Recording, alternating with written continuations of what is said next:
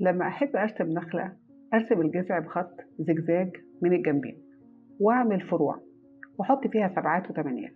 مش غلط، لكن الأجمل إن أنا أرسم دايرة ومن نقطة واحدة في الدايرة أرسم الجذع، ومن نفس النقطة أطلع 8 أفرع.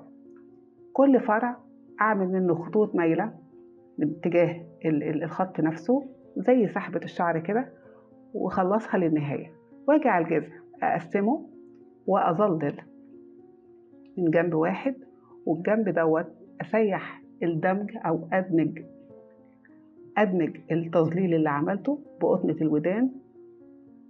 عملت تجسيم لشكل النخلة. مش كده أجمل؟